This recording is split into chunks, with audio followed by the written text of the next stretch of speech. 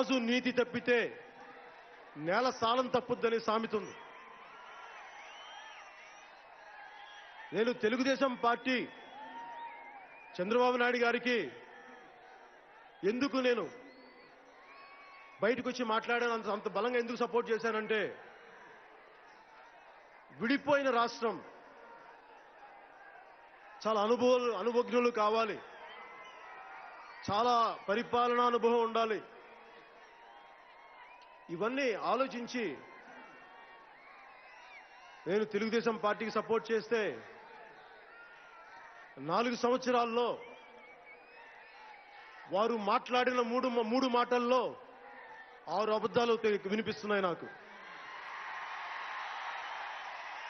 3 మాటలు 6 అబద్ధాలు. తెలుగుదేశం ప్రభుత్వం అలా తయారైపోయింది. చాలా బాధగా ఉంది. నేను ఎంతో నిండు హృదయంతో సామాజిక వర్గాల మధ్య చాలా బలమైన ఐక్యత ఉండాలి, ఆంధ్రప్రదేశ్ అభివృద్ధి సాధించాలంటే దానికి చంద్రబాబు నాయుడు గారు దక్షత గల నాయకులు, అనుభవజ్ఞులు అని వారికి అండగా నిలబడి, ఆ రోజు నాకేముందండి, ఒకవేళ తెలుగుదేశం పార్టీ ఓడిపోయి అక్కడ యూపీఏ తిరిగి వచ్చుంటే నన్ను ఏం చేసేవాళ్ళు మీకు తెలీదా? చెప్పాలా? అది అంత రిస్కులు ఎందుకు తీసుకున్నాం? మీకోసం కదా, మీకు అండగా ఉంటారని కదా, ప్రజలకు అండగా ఉంటారని కదా. నేను తెలుగుదేశం పార్టీకి నిలబడింది ఆంధ్రప్రదేశ్ పునర్నిర్మాణానికి కానీ తెలుగుదేశం పునర్నిర్మాణానికి అయితే కాదు.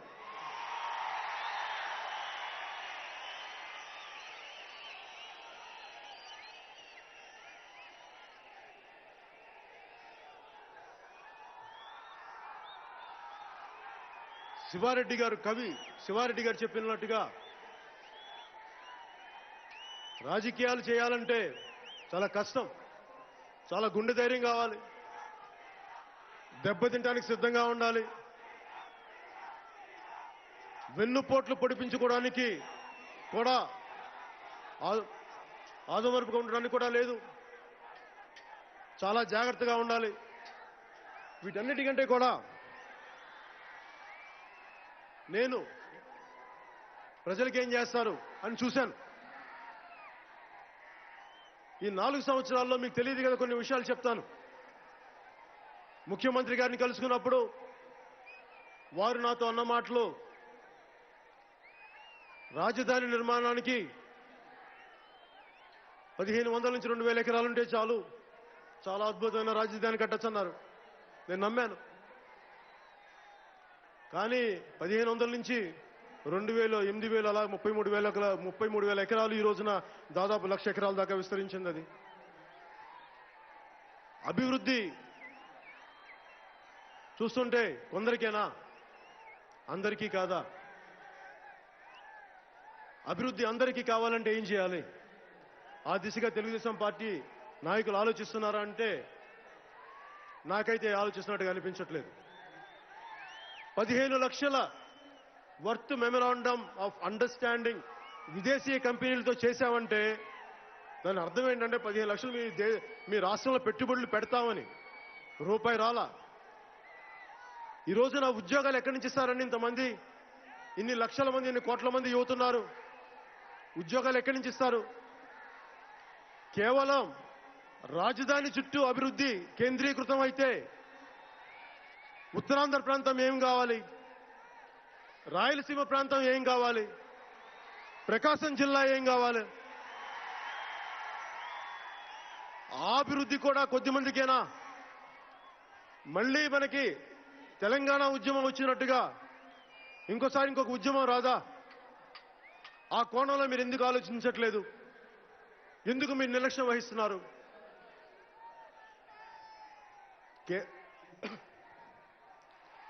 Government of India special category status ఇవ్వట్లేదు అని చెప్పి నేను 2016లో తిరుపతిలో మాట్లాడినప్పుడు రాత్రికి రాత్రి అందరూ మాట్లాడుకొని ఏదో చీకటి ఒప్పందం, ఏదో మిడ్ నైట్ యాక్టివిటీ లాగా రకరకాల చీకటి ఒప్పందాలు చేసుకొని స్పెషల్ ప్యాకేజ్ అని చెప్పారు. మళ్ళీ కాకినాడ సభలో స్పెషల్ ప్యాకేజ్ ఏముంది, 2 పాచిపోయిన లడ్డూలు అని చెప్తే లేదు, ఆ పాచిపోయిన లడ్డూలు మాకు చాలా ఇష్టం, మేము బాగా ఆప్యాయంగా తింటామన్నారు. పోనీ ఆ పాచిపోయిన లడ్డూలు చట్టబద్ధత లేదు, అది కూడా మళ్ళీ అనంతపూర్లో చెప్పాను, చట్టబద్ధత కల్పిస్తామన్నారు. ఈ రోజున మళ్ళీ వాళ్లే చట్టబద్ధత కల్పించలేదని మళ్ళీ వాళ్లే మాట్లాడుతున్నారు. ఒక ముఖ్యమంత్రి కానీ మిగతా మంత్రివర్గం కానీ ప్రజల్ని మీరు ఏమనుకుంటున్నారు? వారికి తెలివితేటలు లేవనుకుంటున్నారా? మీ ఒక్కరికి అనుభవమా? మిగతా ప్రజలంతా మేధస్సు లేదనుకుంటున్నారా? అలా అనుకుంటే మీరు చాలా పొరపాటు. నిశ్శబ్దం చేతగానితనం అనుకోకండి, నిశ్శబ్దం చూడటం. సరే చూద్దాం వీళ్ళు ఇంకేం మాట్లాడతారు. ఏం చేశారండి మళ్ళీ మాట్లాడి?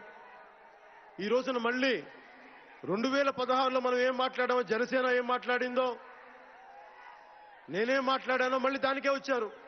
ఈరోజు గవర్నర్కి నరసింహన్ గారికి ఆయన చేత కూడా చదివిచ్చారు మన అసెంబ్లీలో. ఆంధ్రప్రదేశ్కి మళ్ళీ స్పెషల్ స్టేటస్ కేటగిరీ కావాలని. ఈ కాడికి మీరు 2016లో చెప్పుండొచ్చు కదా, ఎందుకు మోసం చేశారు అంటే మీకు చెప్తాడు. ఎక్కడ అడ్రస్ అధ్యక్ష? ప్రధానమంత్రి స్పెషల్ స్టేటస్ ఇవ్వాలని అందించడం ఏంటండి? నువ్వు ఆలోచపడితే నువ్వు పడ్డావు, మళ్ళా నన్ను గురించి అంటే ప్రజల్ని మభ్యపెట్టడానికి ఎన్ని విధాలు ప్రయత్నం చేయాలని చేస్తున్నారు. ఒక్క మాట మాట్లాడు. నిన్న మీటింగ్లో మాట్లాడకపోతే ఏం సమాధానం చెప్తారండి మీరు? మీ ప్రోగ్రాం చెప్పుకోలేదు, లేకుంటే మీరు కేంద్రం ఇవ్వాల్సినటువంటి డబ్బుల గురించి మాట్లాడలేదు, మన హక్కుల గురించి మాట్లాడలేదు, తిరిగి నన్ను గురించి తిట్టి ఇప్పుడు ఏదైనా మాట్లాడితే మేమేదో మిమ్మల్ని విమర్శించినట్టు అవుతుందని చెప్పి మీరు మాట్లాడుతున్నారు. ఇది కరెక్ట్ కాదు. ఆధారాలు లేని ఆరోపణలు చేయడం అంతకంటే కరెక్ట్ కాదు. నేను రాజకీయాలు 40 ఏళ్లున్నా, చాలా రాజకీయాలు చూశాను, చాలా మందిని చూశాను. అదే మరిగా దిశ నిన్న వాళ్ళ మనిషి మాట్లాడతారు, వైఎస్ఆర్ కాంగ్రెస్ మనిషి, ఒక ఎంపీ, జగన్తోనే జనసేన ఉంటుందన్న వైకాపీ ఎంపీ వరప్రసాద్. ఈ మధ్య పవన్ కళ్యాణ్ ఫోన్ చేసి కలవాలని అడిగితే వెళ్ళి కలిశాను. వైకాపా నాపై ఎందుకు విమర్శ చేస్తున్న పవన్ అడిగారు. మా పార్టీని అవినీతి పార్టీ అని మీరు మాట్లాడుతున్నారు, పోలవరం సందర్శకు మేము వెళ్తున్నామని తెలిసి మీరు ముందే అక్కడికి వెళ్లి ప్రభుత్వానికి మద్దతుగా మాట్లాడేందుకు మీరు తెలుగుదేశం పార్టీతో ఉన్నారని, మీపై విమర్శ చేశారని చెప్పాను.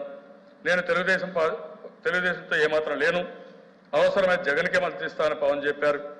ఎన్నికల తర్వాత జగన్కు అవసరమైతే జనసేన పార్టీ ఎమ్మెల్యేల మద్దతు కూడా ఇస్తుందని ఆయన చెప్పారు. ప్రత్యేక హోదా సాధన విషయంలో జనసేన వైకాపాలు పరస్పర మద్దతుతో పోరాటం చేస్తాం. ఇది ఆయన ఇచ్చింది. అంటే ఎక్కడికి పోతున్నారు? ఎలాంటి సంకేతాలు మీరు ఇస్తున్నారు? ఇవి న్యాయమైన సంకేతాలని అడుగుతున్నా. ఈరోజు మళ్ళా చూస్తే అధ్యక్ష, ఈయనెవరో పివిఎస్ శర్మ, బీజేపీ నాయకుడు, ఈయన సూరత్ వైస్ ప్రెసిడెంట్. ఈయనేమిస్తాడు? మా పార్టీ పగ్గాలను చేపట్టి ఆంధ్రప్రదేశ్ రాజకీయాలు శూన్యాన్ని పవన్ కళ్యాణ్ గారు పూర్తి చేస్తాడు. దుర్వినియోగం చేయబోమనే భరోసా కేంద్రానికి కలిగినప్పుడే ప్రత్యేక హోదా వస్తుంది. పవన్ కళ్యాణ్ ఇందుకు న్యాయకత్వం వహించి పోరాడుతాడు. మేము పవన్ కళ్యాణ్తో మాట్లాడుతున్నాం, త్వరలోనే ప్రత్యేక హోదా ప్రకటిస్తాం. ఆయన ఏం చెప్పాడు నిన్న? నేను ఢిల్లీకి వెళ్ళను, ఇక్కడనే గట్టిగా పోరాడుతాను అంటే ఆయన మళ్ళా నిరవధిక నిరాహార దీక్ష చేస్తే మీరు ఆయనకు కూడా ఇస్తామని హామీ ఇచ్చారు. మీరే చెప్తున్నారు. What is signals you're giving? మీరు ఎవరు కూడా రాజకీయాల్లో ఉండేవాళ్ళు, నేనేమంటానంటే అధ్యక్షుడా ఆథరైజేషన్ మీరు చెప్పండి, నేను కాదనలేదు. ఈరోజు మోడీ గారిని విమర్శించాల్సిన పోయి ఎన్డీఏ గవర్నమెంట్ని విమర్శించాల్సిన నన్ను విమర్శిస్తే పవన్ కళ్యాణ్ గారు ఏమనుకోవాలి? ఫస్ట్ ఆఫ్ ఆల్ రాష్ట్ర ప్రజానీకం అందరూ ఆలోచించాలి. రాష్ట్రం అంతా ముక్త కంఠంతో ఏ చిన్న పిల్లవాడిని మాట్లాడినా రాష్ట్రానికి అన్యాయం జరిగింది, దీనికి కారణం ఎవరంటే నరేంద్ర మోడీ గారని అందరూ చెప్తున్నారు.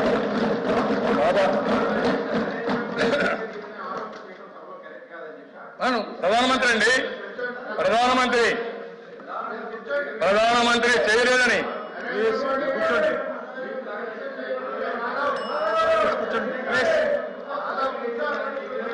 ఈ రోజు అధ్యక్ష ఒక విషయం గుర్తుపెట్టుకోవాలి. ఒక ఊర్లో పెన్షన్ రాకపోతే ముఖ్యమంత్రి గారు నన్ను విమర్శిస్తారు అధ్యక్ష.